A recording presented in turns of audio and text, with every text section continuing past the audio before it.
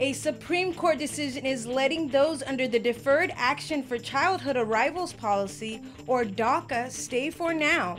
In this special edition of Valley View News, we take a hard look at immigration as it affects Dreamers. You'll see what CSUN, the community, and the government are doing about this political battle.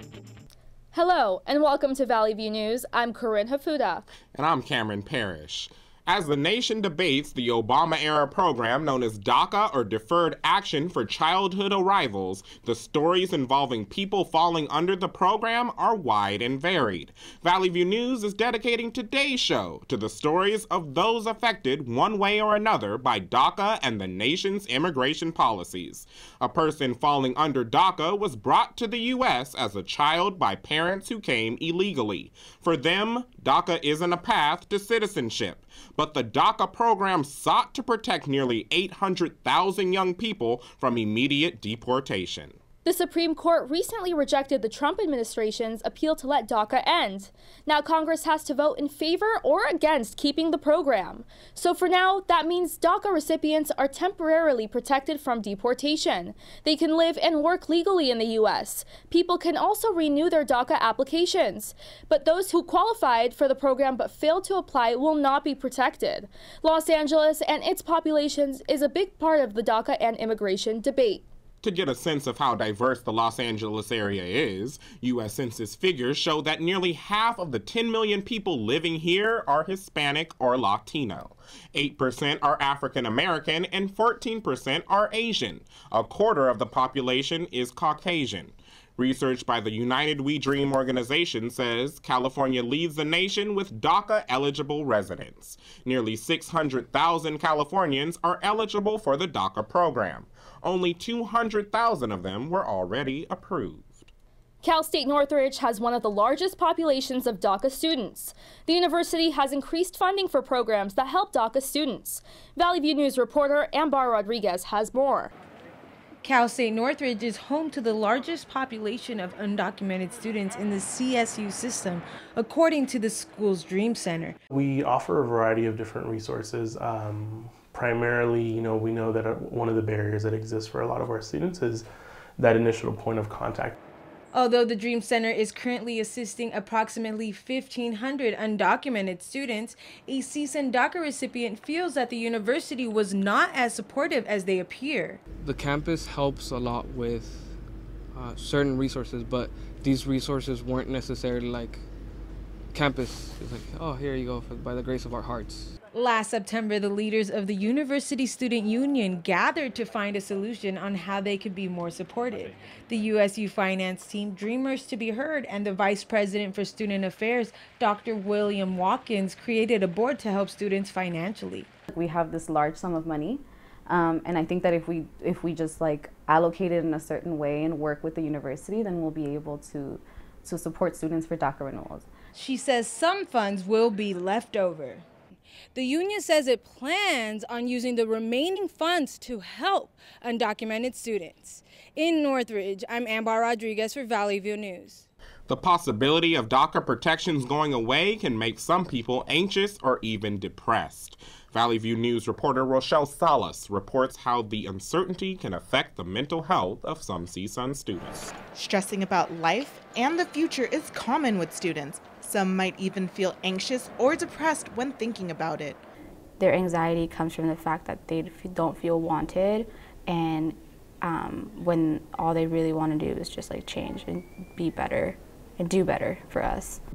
Professionals say symptoms of anxiety and depression can be easy to spot, but some students might not understand them. So some common reactions include things like difficulty sleeping, difficulty eating, also worrying a lot.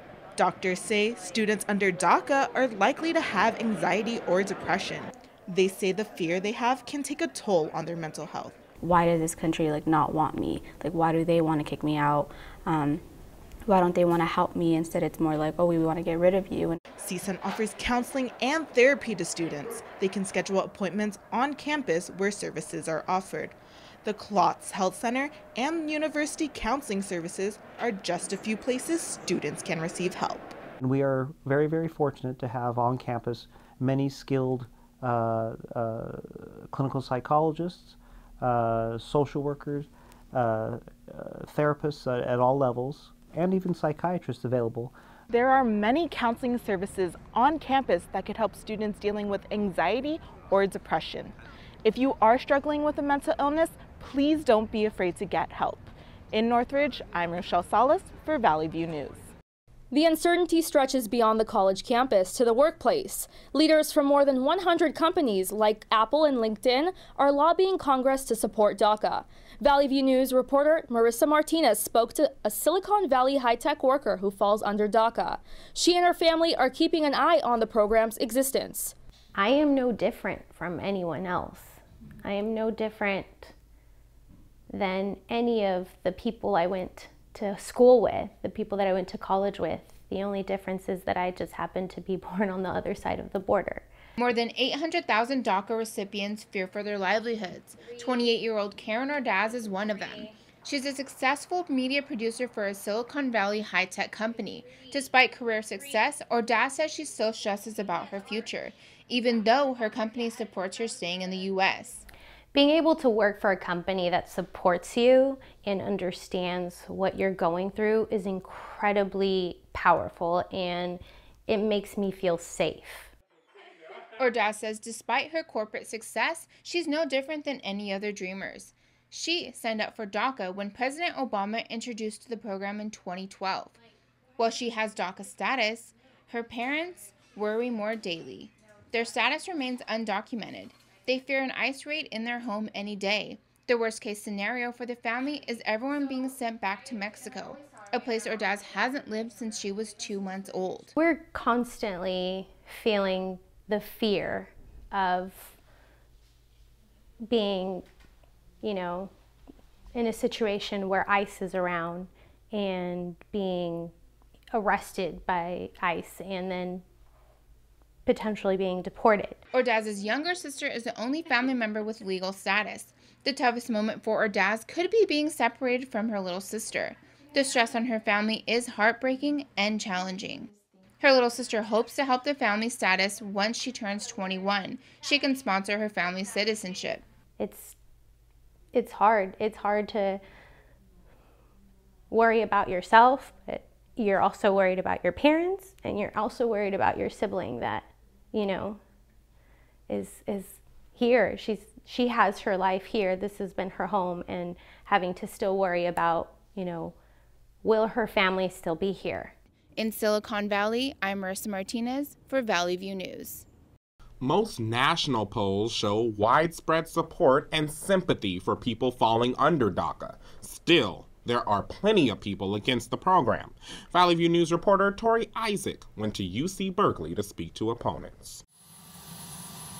DACA was created by President Obama in 2012. The program gives minors who came to the U.S. illegally with parents temporary status. Some, like Berkeley College Republican Club leader Jonathan Chow, thinks being deported after spending your life in the U.S. is unfortunate. But he's a second-generation immigrant. His parents escaped communism in Cuba and China. He says DACA students should follow traditional immigration laws. Went through all the paperwork, did the whole process, paid all the money, and became legal citizens. They learned the language, which they had never known before. I feel sympathetic, but then at the same time, it would be unfair. I agree with the decision by President Trump. Chow says he's disrespected by some dreamers. Like situations where they'll just come up to my face just because I'm a Republican, wearing or waving a Mexican flag in my face, or using it as a bandana because they're threatening me to do me bodily harm, and so they don't want their faces on camera or whatever, with a Mexican flag chanting, not my president. Like, if you really believe that, then okay, so here's your chance to go back to wherever you think that your country is. Nevertheless, Chow sympathizes with dreamers. Still, he wants a better path to citizenship, like what his parents had. My parents did what they needed to do legally. I lost relatives in the process. We've lost so much. My parents had to start all over. He wonders why DACA students didn't take action earlier. You have been in this country for a while now, your parents or whatever, and never in that time you expected or thought that you needed to become an actual American citizen. Like, why not? You know, this whole situation could have been avoided if they had just taken the appropriate steps, you know. Some supporters of Trump's stand on DACA, like Jay Robles, would support a pathway to citizenship if a dreamer served in the military. That does show your dedication and allegiance to this country. Robles says the law should be followed. I'm not saying that they're not welcome, but I do feel that they need to do what they're supposed to through the legal system in order to get their citizenship and work their way up the ladder. As many DACA recipients are unsure of their future, others continue to stand by the law. In Berkeley, I'm Tori Isaac, Valley View News. President Trump blames Democrats for the lack of progress on saving DACA. He spoke at the CPAC conference last week. The Senate Democrats and the House Democrats have totally abandoned DACA. They don't even talk to me about it. We want to do something about DACA, get it solved after all these years. The Democrats are being totally unresponsive. They don't want to do anything about DACA, I'm telling you, and it's very possible that DACA won't happen, and it's not because of the Republicans, it's because of the Democrats. The Supreme Court decision not to review DACA lower court ruling means that the issue now lies in the hands of Congress. Government statistics show that for every person qualifying for DACA protection, 3 people don't qualify. Valley View News reporter Tomas Rodriguez spoke to a woman who lost her chance for DACA protection because of her immigration reform activities. Lisbeth Mateo has been an activist for undocumented immigrants since college. She graduated from CSUN and Santa Clara Law School as an undocumented student. Mateo recently opened her own practice less than 1 year after being sworn in as an attorney. She says that all her work has prepared her for this moment. This is the beginning of everything that I've worked for. All my activism, all my work over the years, it was necessary to get me to this point. I always wanted to be an attorney. The Dream 9 demanded re-entry to the U.S. from Mexico. In 2013, Mateo traveled to Mexico with 2 other activists where they met with 6 dreamers who had been deported or forced to leave the country. They finally reunited with their families in the U.S. after spending weeks at a detention center in Phoenix. Mateo lost her DACA eligibility because of the trip, and she has no legal protection, but she says undocumented immigrants like her can still find ways to succeed. Over the years, I've learned that there's ways to thrive and there's ways to win, even if you don't have legal status. And so that's essentially what I'm trying to do here. Mateo is an undocumented lawyer handling immigration, workers' compensation, and personal injury cases. She faced several obstacles along the way, but with support from her family, friends, and the community, she was able to open her own practice. They're the ones that are making this a reality. They're the ones that have basically given me the tools and the confidence to say, yes, I'm gonna open this practice and I'm gonna go for it, even if there's a lot of uncertainty in the future. Mateo also helps out her community by offering free consultations on immigration cases. In Wilmington, I'm Thomas Rodriguez for Valley View News. The stress of being deported by ICE isn't just a problem for DACA recipients. It's also for many undocumented immigrants who have led successful lives in the U.S. I spoke to a local business owner who was just deported to Tijuana and is struggling to keep his family together. Julian Montañez, a San Fernando Valley resident, was deported to Mexico last week. He owns an air conditioning business and supports his family. He was caught numerous times for traffic violations and felonies. After visiting his parole officer, he was caught by ICE. He says if he tries to come back, he risks jail time. Being away from my family, not being able to see him, every day, now we're gonna have to try to find a way so they can come and see me. Montañez now lives in Tijuana, leaving behind a wife, 4 children, and grandkids. This is his first time in Mexico in 30 years. He always told his wife he wanted to go back one day. Now, he and his wife want to reunite and start a life in Ensenada together. I feel lost, without him. And all my children are adults, and now it's time for me and him to be together and, enjoy our time alone and with grandchildren. Montañez and his family are devout Christians who were active church members. He was a guitarist for the church and performed every Sunday. His daughter intends to keep his achievements alive. She works hard to keep his air conditioning business running. They say everything will be okay. He wanted to prepare us for if this ever happened. We always knew it was a possibility, but we weren't prepared at all. We don't know where to go from here. We're kind of waiting for his direction. Julian and his family aren't the only people affected by this. It's happening to people nationwide. In San Fernando, I'm Corinne Hafuda for Valley View News. DACA protections apply to people from many parts of the world. It covers young people from Latin America, Mexico, China, parts of Europe, and Africa. I spoke to some CSUN students from Africa who were affected by DACA. The Pew Research Center says over 4,000 people from Africa living in the U.S. are DACA recipients, many of whom are students.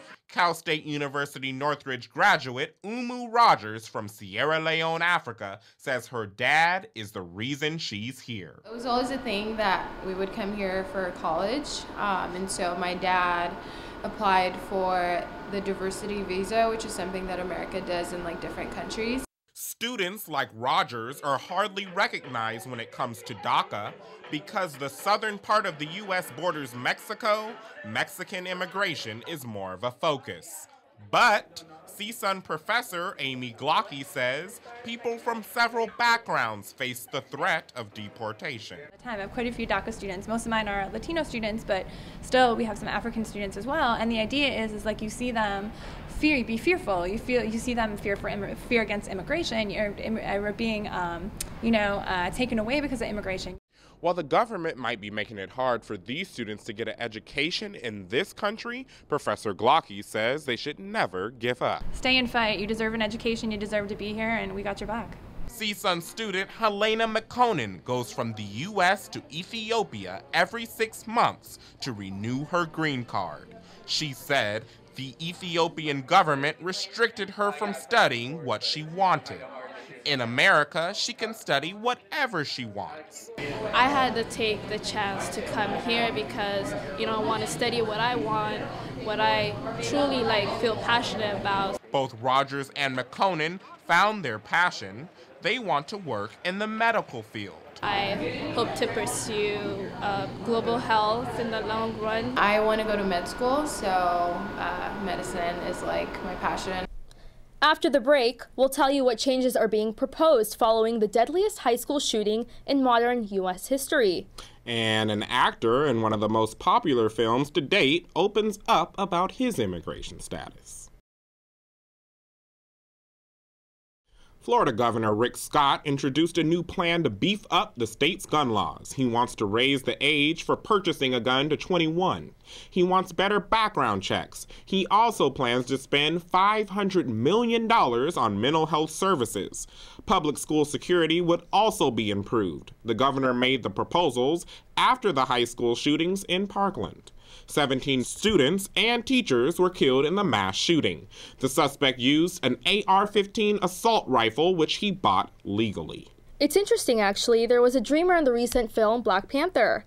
Here's our entertainment reporter, Tori Isaac, with more. Thanks, Corinne. There sure was. He's in one of the biggest films in the world right now, and he's a dreamer. Bambadja Bamba stars in Black Panther. He's one of nearly 1 million young immigrants protected under DACA. The 36-year-old is now speaking out about his status. He says he wants to use his voice as an actor to humanize the issue and put a face to who dreamers really are. He says he couldn't stay quiet when President Trump said he would let DACA end. Bamba has appeared in dozens of movies and TV shows, including Grey's Anatomy and Suicide Squad. One of Bill Cosby's daughters has died. Enza Cosby was 44 years old. She died from renal disease, which impairs kidney function. She was her father's biggest supporter during his sexual assault trial, insisting he was innocent. It ended in a mistrial, but Cosby is scheduled to be retried next month. The Weinstein Company is reportedly headed for bankruptcy. The film studio was supposed to be in talks with investors to close a $500 million financing deal, but that deal fell through. Now, apparently, the studio can't stay afloat without the investment. The New York Attorney General filed a lawsuit against Harvey Weinstein earlier this month. He's accused of multiple sexual harassment counts. Weinstein denied the accusations. That's all your entertainment news. Back to you. Coming up, we learn about the connection between immigration and some of the athletes who represented the U.S. in the Winter Olympics. Plus, a look at how dreamers impact America. Today's sports has its own immigration story involving Olympians. Andrena, what do you got for us? Yes, thank you. So, Team USA makes America great. While the Winter Olympics are over, the legacies continue. Figure skater Mirai Nagasu became the first American woman to land the triple axel in Olympic competition. Nagasu was born in the U.S., her parents are Japanese immigrants.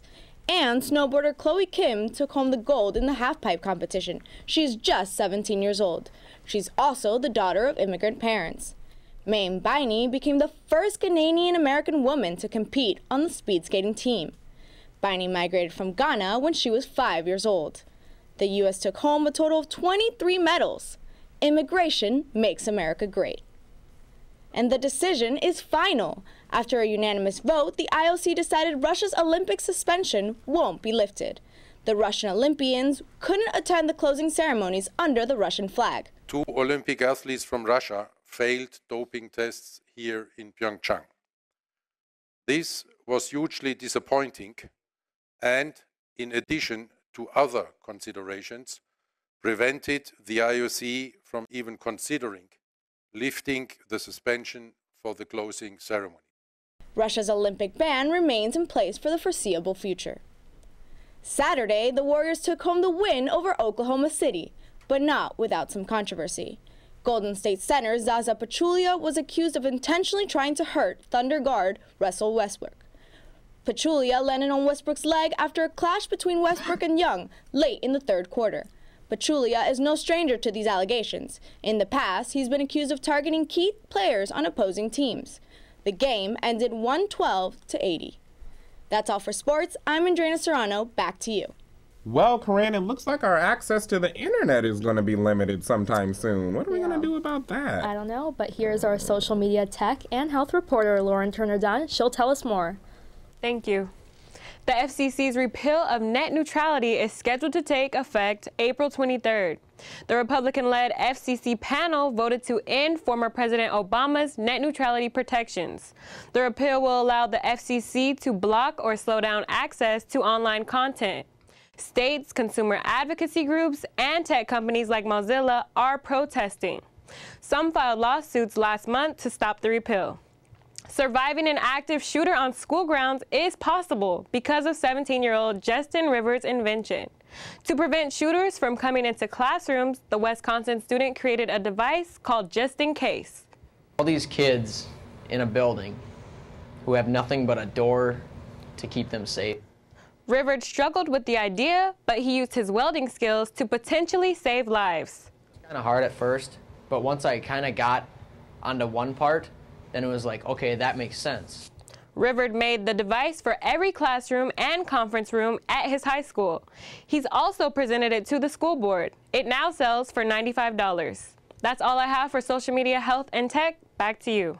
And finally, a look at how DACA recipients impact the nation. DACA deportations could cost the U.S. nearly $400 billion in 10 years. That's according to Center for American Progress. DACA currently protects more than 800,000 young immigrants. 91% of them are employed, according to pro-immigration reform group FWD. Ending the program would mean 30,000 people a month would lose work permits. California's economy would take the biggest hit. The economy would lose $11.3 billion a year without them. Thank you for joining us for this special edition of Valley View News. I'm Corinne Hafuda. And I'm Cameron Parrish. Remember, for news any time of day, go to our website, thesundial.csun.edu. We'll see you next week.